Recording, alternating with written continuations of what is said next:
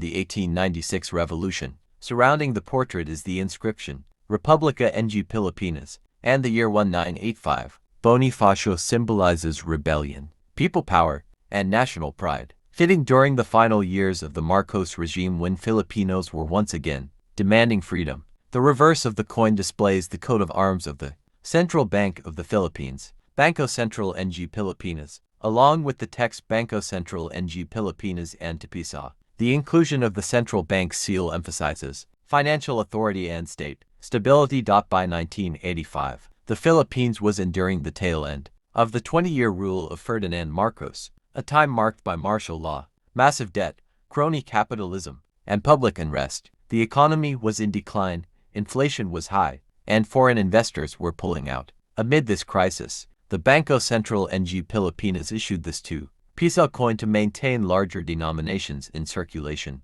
As paper money's value diminished, choosing Andres Bonifacio for the two-piso denomination was politically symbolic. Bonifacio, often considered a man of the people, was an ideal representation of Filipino resilience and nationalism. His presence on the coin reflected the brewing spirit of resistance and impending change, which would erupt into the people power revolution of 1986. Just a year after this coin was minted, the Philippine peso suffered significant devaluation during the early 1980s due to heavy borrowing and political instability. The issuance of a two-piso coin instead of a banknote was part of cost-cutting measures and efforts to streamline cash usage. Coins last longer in circulation than paper money and were more practical for daily transactions during inflation.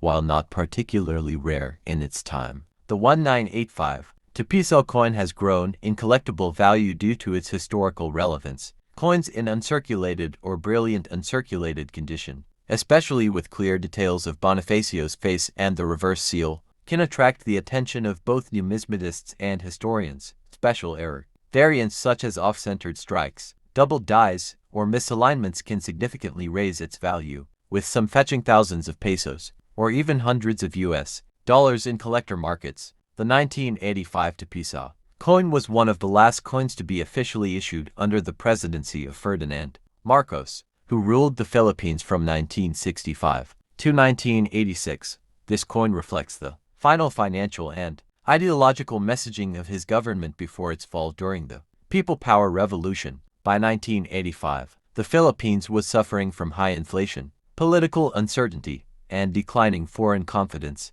This two-piso coin was part of a broader economic strategy to simplify coinage and reduce dependency on low-value paper money.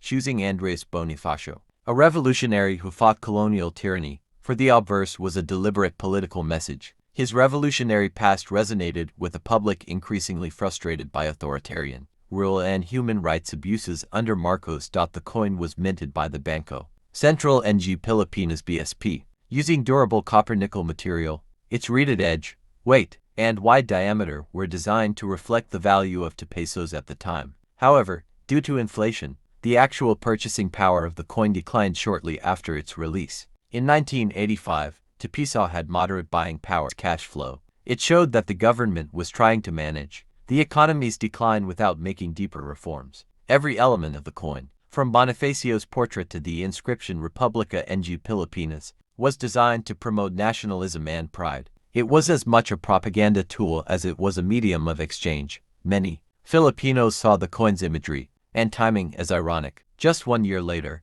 in 1986, millions of Filipinos would rise in a peaceful revolution, overthrowing Marcos and restoring democracy. The 1985 coin, featuring a national revolutionary hero, unintentionally became symbolic of that movement. Although millions were minted, many 1985 two-piso coins were later demonetized or removed from circulation. Today, well-preserved specimens are less common, making them attractive to collectors and historians. The 1985 two-piso was part of the Ng Bagong Lipunan ABL coin series, introduced in the early 1970s as part of Marcos's vision of a new society. These coins reflected his political ideals, but were ultimately discontinued after his fall. Post-1986, the Aquino administration began to modernize Philippine currency, gradually phasing out Marcos-era coinage, including this one. The design philosophy shifted from political symbolism to economic functionality, and national heroes.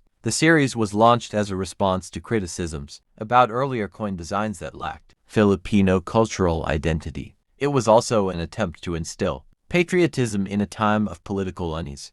The coin features the portrait of Andres Bonifacio, the leader of the Katipunan and one of the most important figures in the Philippine Revolution against Spain. The inscription reads Republica ng Pilipinas and Andres Bonifacio along with the mint year 1985. Bonifacio symbolizes bravery, nationalism, and revolution values promoted by the Marcos regime to link their government with historical heroism.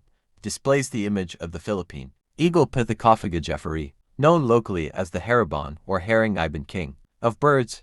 The eagle is a symbol of freedom, power, and pride again, aligning with the themes of national strength during a period of dictatorship. Also included is the coin's denomination, Dalawang Piso, and the text Banco Central NGPILIPINAS. The two-piso coin was actively circulated in the mid-1980s, used for buying food, groceries, and daily necessities. At the time, Philippine peso two had moderate purchasing power, equivalent to a simple meal or a few liters of gasoline. However, due to inflation and economic instability, the value of the Philippine peso declined sharply by the late 1980s, and coins like the two-piso became less relevant in daily large transactions. During Marcos' final years in office, his government increasingly relied on symbolism and propaganda. Coins, stamps, monuments, and public projects often highlighted nationalist heroes like Bonifacio and José Rizal.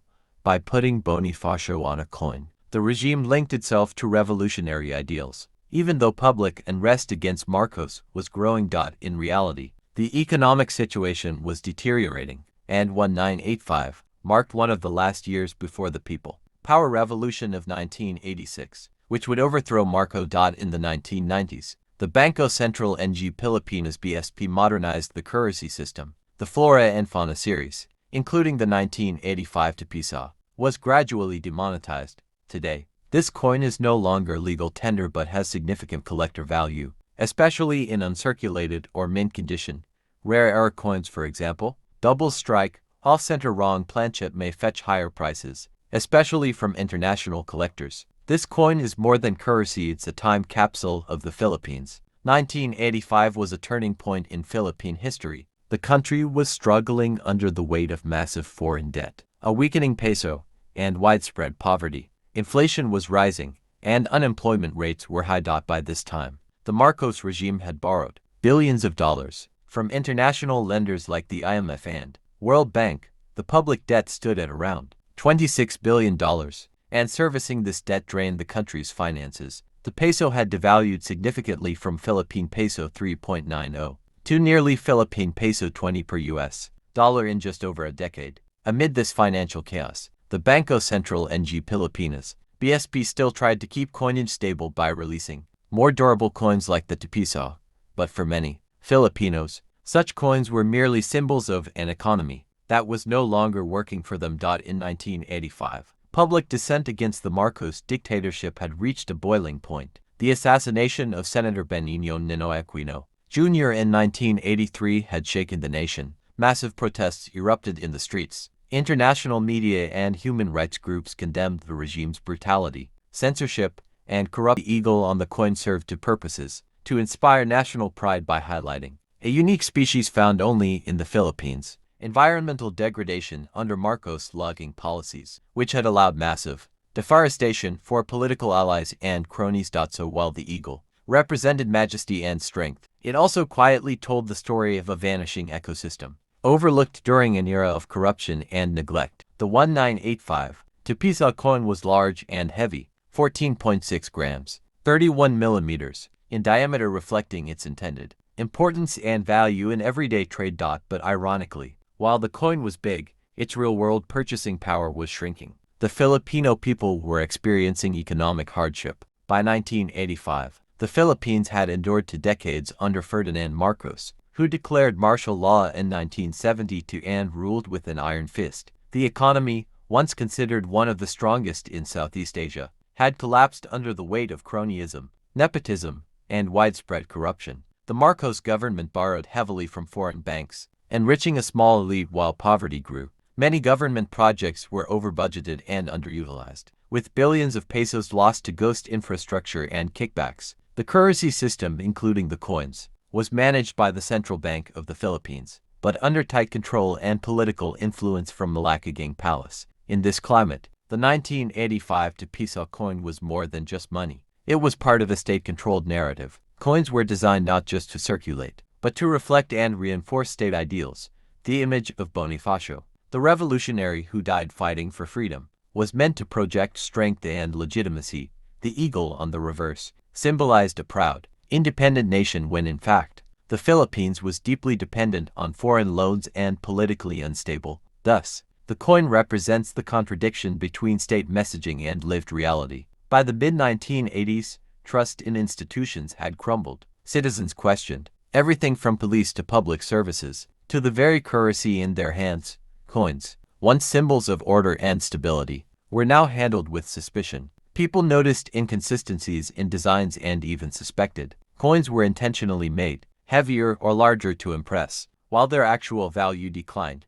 The two-piso coin, despite its striking size, had less purchasing power every year. What once bought rice, bread, or soap by 1985 could barely buy a tricycle ride. With inflation rising, counterfeit coins became a growing issue. Some fake two-piso coins entered the market, usually made with inferior metal alloys. The government responded with stricter minting security, but it wasn't enough. Banks and businesses had difficulty identifying real from fake coins, especially in provincial areas. This further weakened public confidence in the currency. For ordinary Filipinos, the two-piso coin was used daily in public transportation, jeepney and bus fares, markets, palanque for small food purchases, school canteens, bail money for students.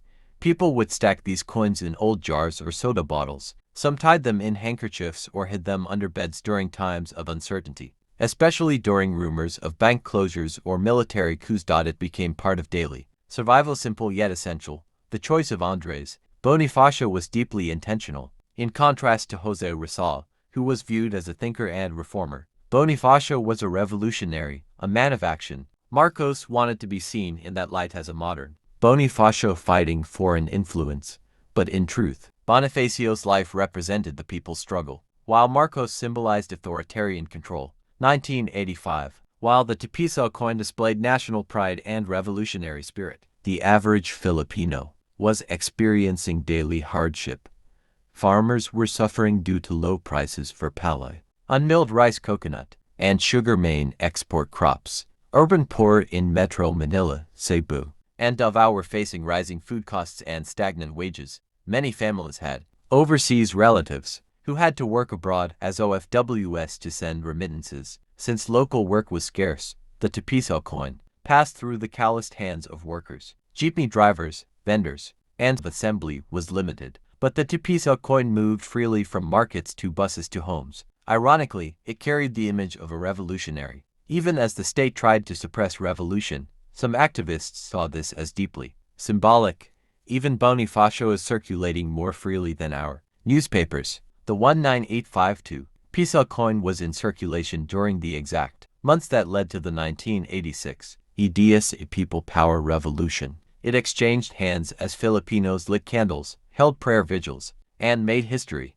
After Marcos was deposed in February 1986, coins from his time were gradually removed or replaced, but the 1985 two-piso coin remained a memory. For loyalists, it was the last symbol of a strongman leader. For opposition supporters, it was proof of how even money can lie. For historians, it became a cultural time capsule. Some kept the coin as a reminder, never again. In 1987, under the new democratic constitution, the Bangko Sentral was restructured. The new design series